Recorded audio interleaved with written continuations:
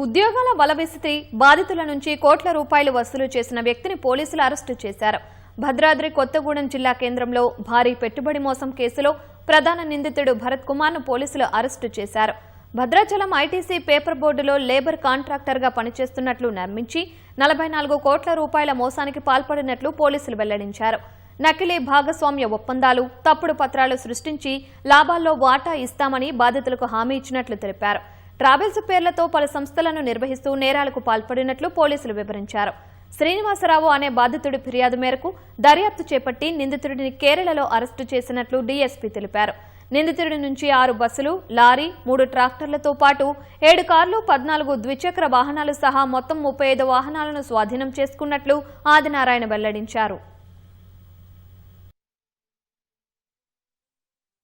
కొంతమంది విక్టిమ్స్ దగ్గర ఐటీసీలో jobs ఇప్పిస్తామని, ఐటీసీలో contract ఇప్పిస్తామని, తర్వాత కొంత అమౌంట్ను మా దగ్గర పెడితే మీకు లంసంగా కానీ లేదా సింగిల్గా కానీ పెడితే కొంత పీరియడ్ మా దగ్గర ఉంటే నీకు అధిక వడ్డీ ఇస్తానని చెప్పి దానిపైన నమ్మించి డబ్బులు తీసుకోవడం జరిగింది. ఈ శ్రీనివాస్ మదరు, శ్రీనివాస్ వైపు, శ్రీనివాస్ సిస్టర్ వీళ్ళందరూ కలిసి 16 మంది విక్టిమ్ దగ్గర టోటల్ గా 44 కోట్ల 7 లక్షల పైన తీసుకోవడం జరిగింది. అతను మొత్తం కూడా తీసుకున్న అమౌంట్ ని బిజినెస్ లో రూపంలో forgery documents, ITC forgery document, తర్వాత ప్రామిసరీ నోట్లు, తర్వాత చెక్స్, తర్వాత అగ్రిమెంట్స్ ఇచ్చేసి ఈ డబ్బులు వసూలు చేసిండు.